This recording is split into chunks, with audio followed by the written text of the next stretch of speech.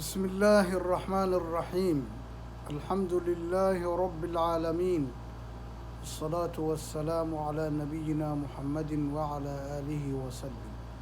السلام عليكم ورحمة الله وبركاته. ولا لي المانتا موضوع عن كهذا لأنه حوي أكون ما ويلين نفط هذا بين وبين هيسو شيء sida ay tahay wax fiican inaad dadka run kula dhaqantid oo xaqiiqada aad u sheegtid. waxaa naftaadu kaaga baahan tahay sidoo kale inaad run u sheegtid ee aadan ku maaweelinin oo haa iyo waxaan jirin. waxaa lagaa doonayaa walaal saad noqotid mid nafsadiisa kula dhaqma run inaad horta adigu isqiimaysid adduunyo iyo diinba meesha aad ka joogtid adigoo weliba isku jimaynaya dad ku dhaama oo kaa fiican. maxaa yeelay wax macno ah samayn mayso inaad isku jiimaysid kuwa kaa liita iyo kuwa nolosha ka dhacay. yayan ku sirin walaal hadallada aan macnaha lahayn ee had iyo jeer ayn maqallo oo qofku markuu naftiisa maaweelinayo filin hindi u jilayo uu yiraahdo anigu waxaan ka dhashay reer landheero ah, qolo dagaalyahano ah oo birta calashaday siligana ku shiiqsaday ku findhicishay siligana ku findhicishay baa i dhalay. dadkaas maalqabeenka ah baan ka soo jeedaa. dowladda ayaanu haysanayo oo u badannahay. muxuu ahaa waxaanu nahay dad la yaqaan oo ma garanaysaa macruufa.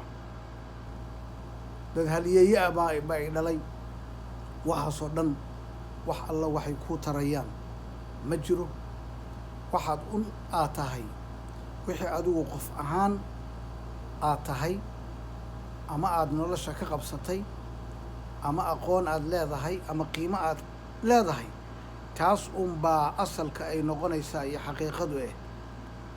waxaasaa i dhalay iyo kuwaasaan ka soo jeeda waxba ku tari maayaan. asalkaaga aad ka soo jeedid, qabiiladaada, faraca aad ka tahay qabiilada, ama jinsiyadda aada wadatid, ama waddanka aada baasaboorkiisa wadatid, waxaasoo dhan muhim maaha. waxaa muhima adigu shaksi ahaan horta maxaad tahay. kow, nolosha maxaad ka qabsatay. labo, hadda xaggee u socotaa, ma horay mise gadaal. arrimahaasaa la rabaa inaad isweydiisid si aad isu qiimayside. looma baahna inaad isku maaweelisid huuhaa iyo war aan jirin. waxaa jira maamaha odhanaysa aabbahay baa geel badan lahaa waxaa ka fiican dameer baan leeyahay. sababtoo ah aabbaha hadduu geel lahaa oo hadda geeli aan gacanta lagu hayn, adiguna maanta aadan waxba haysan, maxay tarayaa geelaas muxuu kuu yahay? waxba kuuma aha. alifaat maat bay carabtu tiraahdaa. kii tegay waa wax dhintay.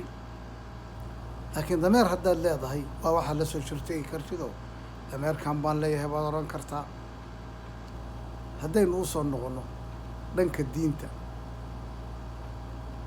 waxaa wax lagu qoslo ah inaad masaajidada ku arkaysid masaajidada qaarkood inuu nin ka kacayo oo indhahayga aan saaray anugu, oo uu leeyahay aniga weli hebel baa i dhalay. weli hebel baa i dhalay waa nin la yaqaano oo shiikh ahaa oo ma garanaysaa mar hore dhintay. marka xalay waan riyooday oo nebigii baan ku riyooday. wuxuuna i faray inaa intaas lacaga aada bixisaan oo waxaas ii dhiibtaan aniga. ninkaa miskiinka ah laakiin harawsiga wata iyo inuu dadka been ka dhaadhiciyo. waxaan la yaabay isla ninkii baan masaajid kale ku arkay maalin ka bacdi. nafsil hadal buu lahaa habeen kasta. marka ma nebigu ku riyoodaa inuu beenlow yahay halkaasaad ka garanaysaa. waa nin miskiina oo inuu diinta barto u baahan, suu beentaa iyo khuraafaadka oo isku maaweelinayo oo uga haro ma uusan ogeyn nebi nuux calayhi salaam wiilkiisa markii duufaanta ummaddii lagu halligay oo uu yidhi nala soo fuul doonta wiilkiisa uu yidhi meel jab buur baan ka fuulaya aabe ee iska kaydaa wiilkii iyo aabbihiisna halkaasay ku kala tageen oo wiilkii gaalnimo oo ugu dhintay wayan la socon luud xaaskiisu inay gaal ahayd oo lala halligay dadkii reer qowmi luud oad wada garanaysaan la raaciyey wayan ogeyn nebi ibraahim aabbihiis oo aazar la oran jiray inuu gaal ahaa inkastoo culimmada qaarna ay yidhaahdaan adeerkiis buu ahaa si ay ahaataba labadaba ama adeerkiis ama aabbihiis gaalnimo ayuu ku dhintay nebi ibraahimna waa abul ambiyaa nebiyaalka aabbahooda way intaasoo markaa nebiyaal ah hadday dadkii wax la wadaagay ay saas noqdeen nebigeenna calayhi salaatu wassalaam moxamed calayhi salaatu wassalaam oo ah khayru khalqillaah kan ugu khayr badan intuu ilaahay abuuray adeerkiis abu taalib oo soo koriyey oo la soo dadaalay wuxuu ku dhintay gaalnimo abulahab adeerkiis ahaa wuxuu ku dhintay gaalnimo hadda halkaa waxaa ka garanaysaa isoo raac wax la yidhaahdo inayan jirin kanuna wuxuu ku andaconayaa weli hebel baa i dhalay oo saas awgeed waa inaan wax ku helaa guntii iyo gabagabadii haddii uu ku dhalay nin shiikha oo la yaqaano ama nin madaxa ama nin shariifa ama mid magac dadka dhexdiisa ku leh ama dhinaca kale uu ku dhalay abujahal oo aynu wada naqaano oo nebiga uu fircoona hadihi lumma uu bixiyey ummadda tan fircoonkeedii ama namruud ninkii la oran jiray oo boqorkood daalimka ahaa ama uu ku dhalay fircoonba oona rabbukumul aclaa sheegtay rabbinimo sheegtay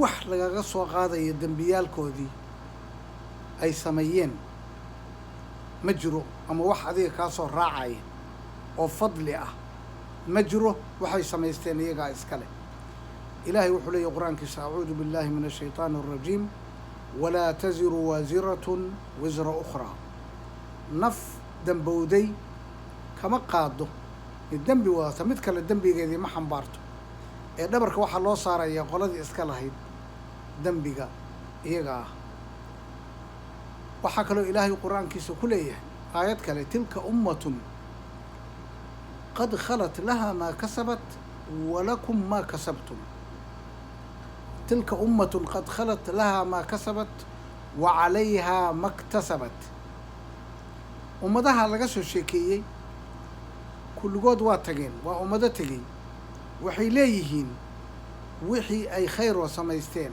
korkoodana waxaa ahaaday wixii xumaan oo ay samaysteen walaa tus'aluuna waxna laydinka weydiin maayo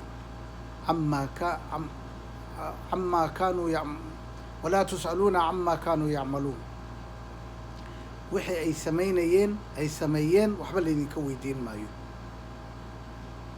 waxaa jira sidoo kale xadiis nabiga calayhi salaatu wassalaam oo uu leeyahay man abda'a bihi camaluhu lam yusric bihi nasabu ninkii camalkiisu la haro oo meel dambe gala ma hormariyo oo hore u soo bax lama odhanayo reer herbal buu ka soo dhashay qoladaasuu ka soo jeedaa marka walaal wixii wanaagaad samaysatid adaa leh adduun iyo aakhiraba wixii xumaanaad samaysidna adiga unbay kula jirtaa marka naftaada ha u sheegin waxaan jirin oo aadan adigu samaynin oo markaad aa is leedahay abaal baad ku helaysaa dadka hortiisa ilaahay agtiisaba intaas ayaan warkayga ku soo koobaya wallahu subxaanahu wa tacaala aclam